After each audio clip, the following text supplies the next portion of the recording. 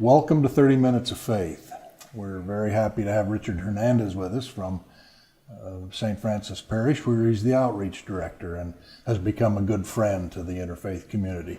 Thank you for being here. You're welcome. Nice to have you. Nice being here. Now, let's begin by finding out where you were born and raised and hearing about your parents and siblings and those kinds of things, please. Okay. I was actually born in Sacramento. However, I was raised in Cortland, California, which is down the river. And my parents were farm workers, and so we grew up doing all the normal things that farm workers do, you know, picking and doing. You worked hard. We worked very hard. And I learned to appreciate all the different things that farm workers do. But I think at a very early age, I discovered that at some point in time, this was not what I wanted to do. I wanted to do something a little bit differently, you know. So were you raised in a religious home?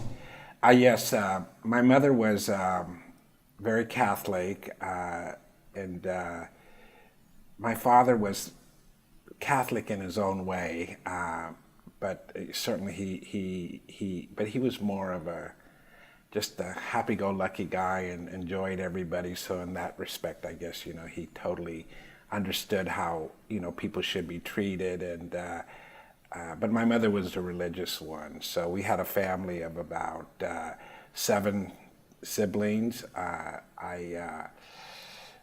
She actually had more children, but she lost them along the way because of just the environment that we lived in, because we were poor, and sometimes you just. How did she do with that?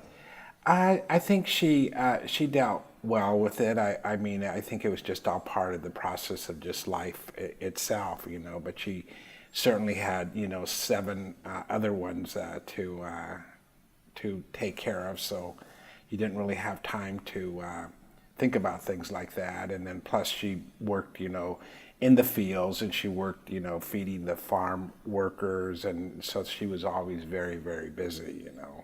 And when you look at that, it's really remarkable, isn't it? It is remarkable, and in her situation, I give her a lot of credit, because she originally came from Mexico, and she was, you know, like many other similar situations, was given to a man, you know, to be his bride. But it turned out to be a terrible situation, and she had my oldest brother with him, and she subsequently knew that she couldn't be in that environment. So in that respect, she immediately was, you know, demonstrated how courageous she was, and she left him, and she was ostracized by her family, and she subsequently made her way to the border part of Mexico, border USA part, and started working in different ways to get some money together, and she paid somebody to get her across the border, and then she subsequently met my father, and then they subsequently were farm workers up and down the whole state of California.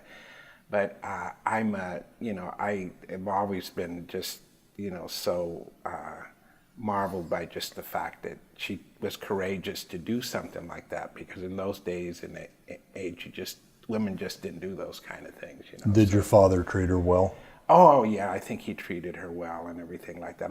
They had their issues, you know, along Sure. the way, but you know, but they had, you know, they stayed together almost their entire marriage. At some point in time, my mother, because of, you know, her physical situations and her needs, decided that we would move to Sacramento, and so my father remained in the Cortland area, and my mother, you know, brought us all to Sacramento. Opportunity for her children. Yeah. And it was really another one of those things that, you know, from my perspective, you know, you just say, gosh, you know, why did that happen? But if it wouldn't have happened, it would have, and I have numerous of those examples along the way in my life, you know. Is there a Catholic church building in Cortland? There is a church in Walnut Grove called St. Anthony's. So I received my first communion there, and she still managed to get us, or at least in my case, to receive all the sacraments, and then subsequently when I moved to Sacramento, I continued and received all the sacraments of the Catholic faith. So did you graduate from high school in Sacramento? I did. Where? I graduated from Luther Burbank. But once again, when we moved to Sacramento, we moved to somewhat of the older part of Sacramento, which was maybe not the best situation as far as an environment. And one Father's Day, we went to a picnic, and when we came back, that apartment house was burnt down. So literally, we had to find a new place, and we moved from 10th Street to 27th and F, and across the railroad tracks, literally, and a new life opened up because I ended up going to Sutter Junior High School and fed into that junior high school, which brought all the people from McKinley Park and East Sacramento, yes, who were much more affluent and much more college driven and wanted to do something with their lives. So to hang out with them, I had to do things like study, which was great. Darn. Yeah, it was great. And did you go to college? I did go to college. I went to City College for about a year and a half, and then I joined a fraternity, and the dean of students suggested that maybe I take a break, and so I went to work for the state, and subsequently then was drafted and went into the Army. I went to Vietnam. I was in Vietnam for 13 months. So then I had to when I came back, I had to redo all of my D's and F's and incompletes. Then I graduated from junior college, and then subsequently was accepted to the University of California at Santa Barbara, where I graduated. Beautiful campus, Yeah, it's a and beautiful town, great place to be. It was a great place. Were you infantry in Vietnam? I was in artillery, so I was in an 8-inch 175 battalion. How'd that go? It was a great experience because I saw enough action, but I wasn't like a grunt out on person, patrol all the out time. on patrol all the time, and so I really got to understand and appreciate what was taking place and the people who made all the contributions. That's why sometimes people just don't realize that that these wars that we have are being fought by 18 and 19-year-old kids and 20-year-old kids, and It's a good way to say that. and it's just and so when you hear things said counter to what they're trying to do, it's a little bit difficult to understand because we're becoming adults right on the spot, if you will. Did you practice a faith in Vietnam? I did. Actually, the two lieutenants, or the two captains that were there, were both Catholics, and so we had an opportunity in our little hill to have the priest come in, and we would go to mass. So I did go to mass, and certainly in that environment, you definitely want to be. Sure. You always want to be on the good side of the good guy. You're glad to see a chaplain. Yeah. The chaplains are, in yeah, my military yeah, experience, I love the chaplains. Yeah, no, they were very nice. Yeah. So you're being shaped as a child in the hard work of the farms and all of those things, and then eventually you come to Sacramento and you move to the other side of the tracks and then off to college and other sorts of things. When you were growing up, what were you going to do and be, and how were you being shaped? That's kind of an interesting situation because you just I had graduated with a liberal arts degree and had gotten involved in community types of activities because I was always kind of the social extrovert type of thing, being involved in groups. So in college, you become aware of those causes. So be it the farm workers, be it minority types of issues, I became involved with groups. So I subsequently then had an opportunity to move to Los Angeles. I met someone, and then I ended up moving to Los Angeles, and then I got involved with the EDD and all their different employment programs for veterans, for minorities, for those individuals. And so subsequently I started developing what subsequently became my professional career is in human resources. So that was the beginning. Okay, now us Caucasian gringos are now the minority in the state of California. That doesn't give me any grief whatsoever, but it leads me to the question, did you feel like growing up that you were a minority, and do you feel mistreated and any of those things? I think that, I suppose there were people that were prejudiced that I met, but since I was always very extroverted and very much involved with people and always included all different types of peoples and just my surroundings, I never would really say that I experienced discrimination in that sense. I think I experienced it more from the perspective of how other people were treated. That always fascinates me, because when you get to know a person, it's just the person you really, really like. Right. And it doesn't matter where they came from or what they've been doing, or I guess the future is we'll go, what are we going to do in the next 10 minutes? You know, and it doesn't affect the way we feel about the person. Yeah, and I think that, people need to feel comfortable with themselves, and part of the responsibility of people getting along with each other is that it's twofold.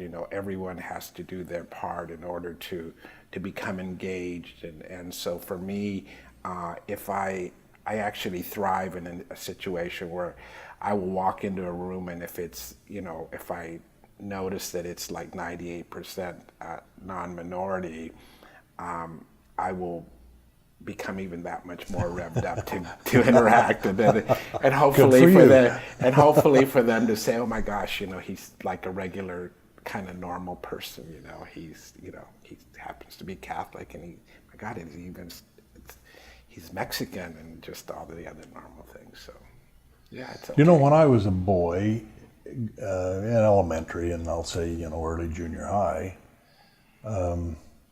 Mexico was sort of an exotic place.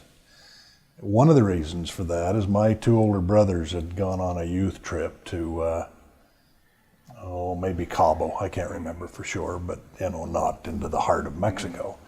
They came back with pretty souvenirs, and they had all kinds of pictures, and Mexico for me became this exotic place to go. My wife and I have been in Mexico 6 or 7 different times in a whole variety of different places, and we love Mexico. And then in maybe high school and college, I would hear, the Mexicans are lazy. And then I'd make friends with them and find out the guy was the hardest worker in the group, And they knew how to work, and they were never afraid of work. And, I just had to sort of, it probably took me 20 years to shape all of that into finding that we were in love with Mexico and the Mexican people. Now, you came to St. Francis a year or two ago. What were you doing before that? Well, I actually went, when we moved to the other side of the tracks, I fed into St. Francis, and then I eventually became... Many people are fed into St. Francis. I was fed right into St. Francis, and I was confirmed there, and then my mother then decided at some point in time to move out to the south area, so we moved to that part of town. When I lived in Los Angeles after Santa Barbara for about 15 years, and then that's where I got, if you will, my professional job as the Director of Human Resources for the Hyatt in West Hollywood. Oh. So that's it was a 262-room property, and I was there for about 5 years. And I always wished that there would be a new Hyatt Regency in Sacramento, and it would, like, the rumors were it was going to happen, but in those days, just like a lot of things were supposed to happen in Sacramento, but it just took a long time. But Mr. Lucaville and the boys ended up getting that property together, and I ended up being selected as the Director of Human Resources. So in April 6th of 1988, I became the Director of Human Resources. We opened up the Hyatt Regency in Sacramento, and I had a great career there. Kind of the crown jewel. So I was I worked for Hyatt for 35 years, and a large majority of that time was here in Sacramento.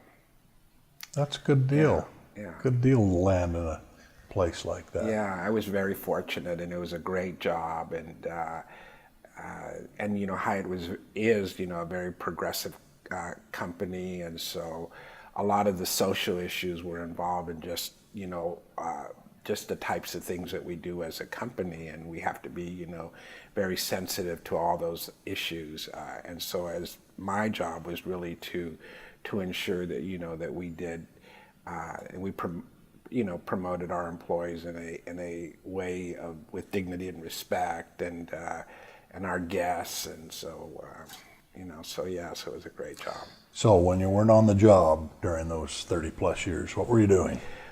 Well, when I moved back to Sacramento, I ended up moving into the Midtown area because I wanted to live downtown. Great area. I didn't want to live in the burbs, and so subsequently then I came back to St. Francis. So immediately I started becoming involved in a variety of different activities with them, and so be it the coordinator of the annual picnic, fundraisers, different ministries that are involved there, like Eucharistic ministries.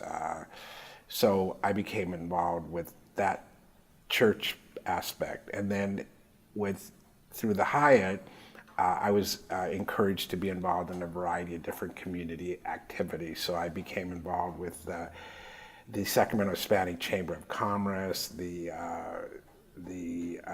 California State Chamber of Commerce, the Rainbow Chamber of Commerce, and I was directors, took all different kinds of leadership positions, and through those organizations we supported a variety of different community organizations. So I've always viewed myself as just an activist type that has been there to help and serve those who need to be supported. Did you keep going to the Catholic Church through all of that? I did, and I think I regardless of I like to have a good time. I admit I like to have a good time, but regardless of the good time that I had the night before, I would always ensure that I would go to Mass the next day. So I can't think of the last time that I haven't gone to Mass. And if I go to travel, if I go, I've been all over the place, one of the first things I do is find out where that Catholic church is, and I make it a point to make sure that I go there. And not just because there's anything to that I'm going to get in trouble or that it'll be a mortal sin or anything like that, but it's just the whole idea of just the environment that you put yourself into. So to go to Mass in France, and then go to Mass in Mexico, or go to Mass in Hawaii, they're all different and they're all the same, And That's a good way to say that. Yeah. You get recharged. I like that. Yeah. Now, what about our viewers may not all know that St. Francis has lost their Franciscan priest after a good many years, and the diocese has made peace with all of that. Is that going to unfold well, or how will that go? Yeah, it seems to be going pretty well. We have a great new pastor, Desmond O'Reilly. Fine man. He's a diocesan priest, and if the Franciscan charisma is something that you have always enjoyed and have always believed in, you're going to maintain that, and so my sense right now is that we're all adjusting, but we still have that Franciscan spirit among us, and then we get an opportunity to include some new perspectives, and so I'm encouraged, and I'm very glad, not just from a staff position, but also just as a parishioner, because regardless of whether I had a staff position or not, I'd still be a parishioner, and it's important that, we have, exciting liturgies, that we have an assortment of programs that assist those in needs, that we have a thriving ministry programs. Those are things that I think are important, I have quite a few friends who worship at St. Francis, and they're in some instances third and fourth generation parishioners at St. Francis. They talk about going to Mass with their grandmother in the 1950s, and those sorts of things. Now, the sanctuary itself has recently been remodeled and updated and all those other things. What's the take from a parishioner's point of view as to before and after? Well, I mean, I think the reaction from a lot of people. I mean, we have the cathedral downtown, which is a magnificent structure, and it's just a beautiful structure. It is. But then you come to St. Francis, and you just get a totally different feeling. All the paintings on the wall, the stained glasses, just that feeling that it's a special type of a place. So we've been very, very fortunate that we've had the monies in order to maintain it. It's an old structure. It's over 125 years old. But that has led to, like you said, people continuing to coming back. And one of the things that I think is so important about our church is that it really makes people feel welcome. So if you have, and we refer to it as being very inclusive, so that you, in fact, always feel welcome, regardless of your sexual orientation, regardless of any kind of a marital situation, whatever pain or anything that anyone has experienced, it's okay for them to come to St. Francis and reacquaint themselves with God and realize, how much of how important He is to all of us, Is that sort of the personality, and I'll just say reputation for lack of a better term, of St. Francis Parish itself, or is that because of the Franciscan order, or just something that's been developed and built upon all these years? I think it's just, I mean, St. Francis and St. Clare were just tremendous individuals, and many of their teachings have just been like naturally accepted by everyone, and so St. Francis is the patron saint of animals and ecology, and did wonders for the poor and the needy, and that's kind of what we're about, and I think that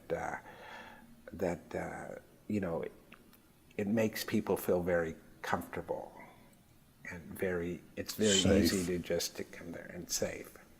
One of the things I like about the sanctuary, as well as the whole campus there, is that it's quite big, but it's very intimate. Yes. It's very, we've done several functions there. It's been a wonderful time. We also have an elementary school there that is, at one time was a high school and now an elementary school, and it's that kindergarten to sixth, or to eighth grade. To eighth. Yeah, so it's pretty renowned, and they do a tremendous job, and they have a great staff, and the principal, Principal Urga, is really very great. Everybody does a good job there. And did the organ get restored and ready to go? I'm not sure, but somebody donated recently a beautiful, and I probably am going to not give it justice, but a big piano, which is really very nice, So music's a wonderful part of religion. And we have it at all our masses, we have music at all our masses, and it's really part of what brings us back, that opportunity to sing. Do the several priests and that live there at St. Francis? Well, actually, the bishop was kind enough to allow the friars to stay there. Our priest has residence somewhere else. I see. And are there nuns who are? There are nuns, but they don't live I there. see. They have housing all over the place in Sacramento.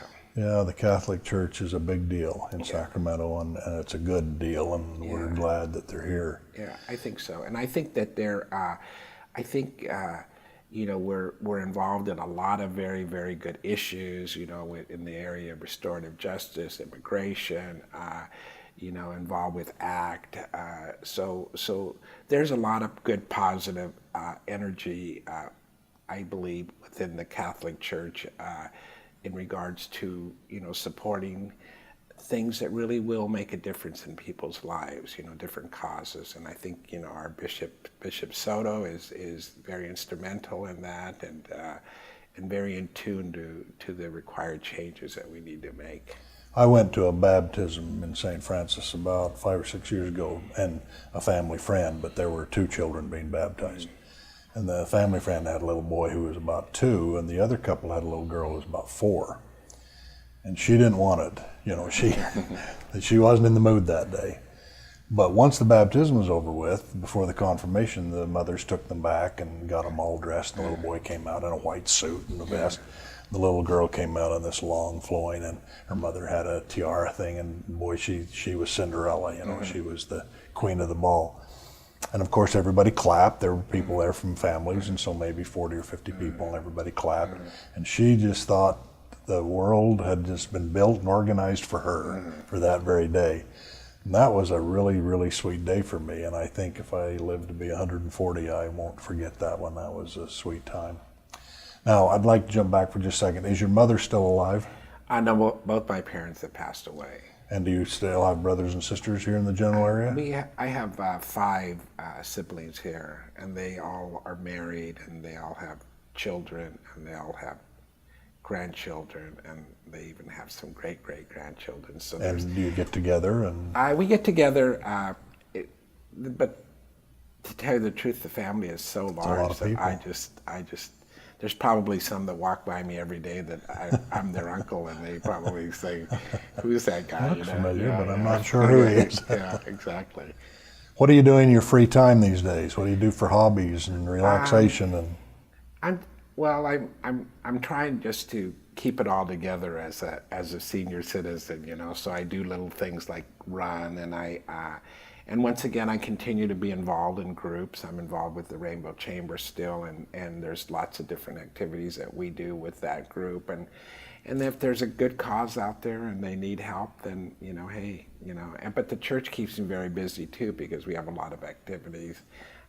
And so, and I think some people like, traveling and doing things like that. I like that to a certain extent, but I think you just have to keep yourself busy. And how about the Rainbow Chamber? Are they filling a need for the community? I think they are filling a need in the sense that, just like every segment of our population, we want to make sure that we're represented, and we want, to be able to provide services and goods to the whole general population, if you will, and at the same time have a thriving business, because that's what America is built on, is small business. And so if we can continue to promote that, that's something that we'd like to do, and we do.